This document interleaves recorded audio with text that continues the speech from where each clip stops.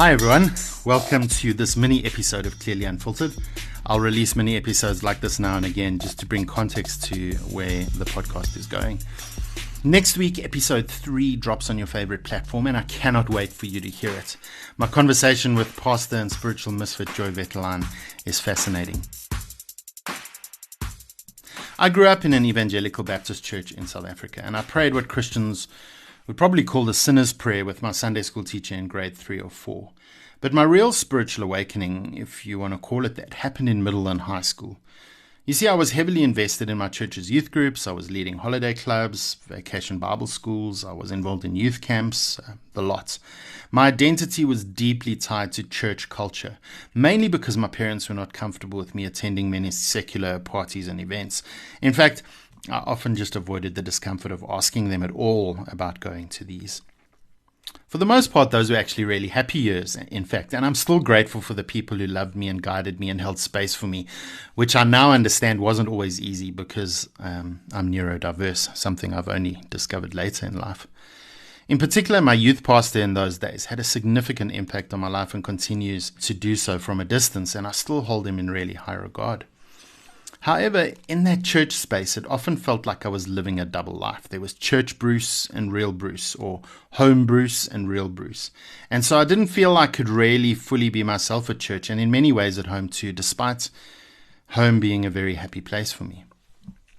After graduating from university, I taught high school for 7 years and then became a youth and worship pastor at a local evangelical church. And early on in my 7 years of vocational ministry, I started sensing a disconnect between my understanding of the church and the leadership's view of it. And while I hadn't found my voice back then and probably lacked courage, it often felt again like there was a disconnect between what I displayed publicly to the church and what I felt in my heart. More and more, it felt to me like we seem to be in the business of emotional and spiritual manipulation, which might seem unfair, but it really felt like we were constructing experiences for people that were intent on leading to a specific outcome. And this really seemed disingenuous to me, and I stopped believing in what we were doing. And then, as a result of this tension and the unmanageable expectations of ministry, I was pushed to burnout.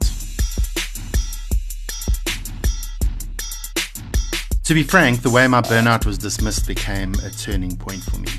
Ministry needs were obviously prioritized over my mental health and in particular the well-being of my young family. In addition to my own desperation, my partner was deeply hurt by the church, which is her story to tell.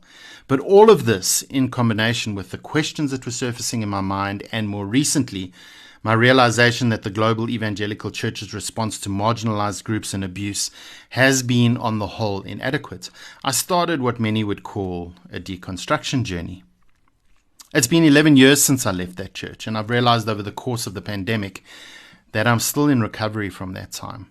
You see, I'm still triggered by the experiences I had, particularly being shamed and gaslit. And whenever I think of it, I'm taken back to how worthless I felt in those moments.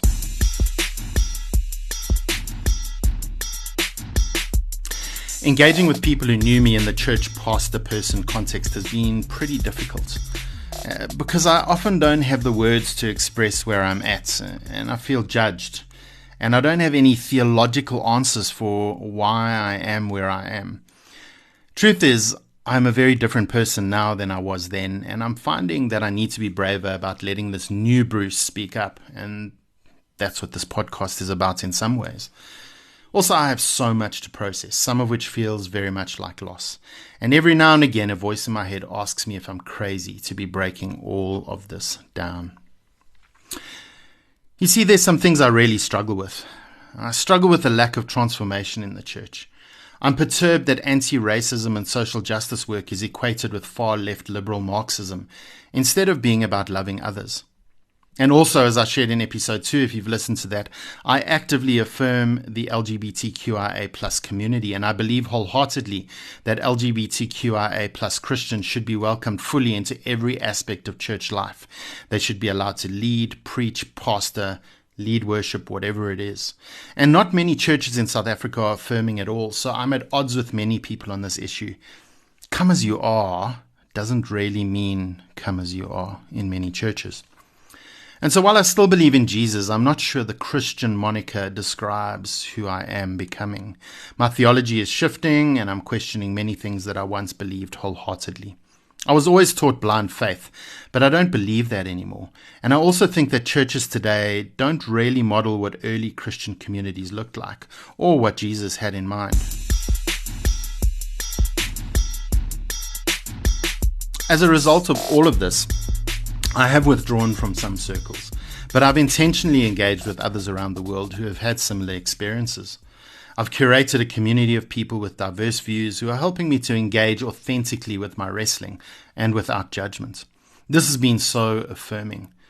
I also regularly connect with my friends Ayanda and Paul, who are both strong Christians, but what I love about spending time with them is neither of them are offended by my views. They're not taken aback. They hold space for me. And so I think I would just like kinder, smaller, more diverse, and more inclusive Christian spaces that don't hold so tightly to their beliefs that they end up hurting people. And I'm also left with regret. Because you see, for 7 years, I was part of a system that I found to be hurtful. And some of you who are listening to this might even have known me as your pastor, and I can't help but think that in that role, I perpetuated problematic worldviews and practices. And so I think I'll always have to live with that. So that's the backdrop to my Misfit conversation with Joy Vetline, which will be available next week, just before the Easter weekend, in a week's time, in fact. Subscribe to Clearly Unfiltered on your favorite platform, or follow @ClearlyUnfilteredPod on Instagram. Let me know if what I'm sharing resonates with you, and if you're enjoying these reflections, please share these episodes with people who might benefit.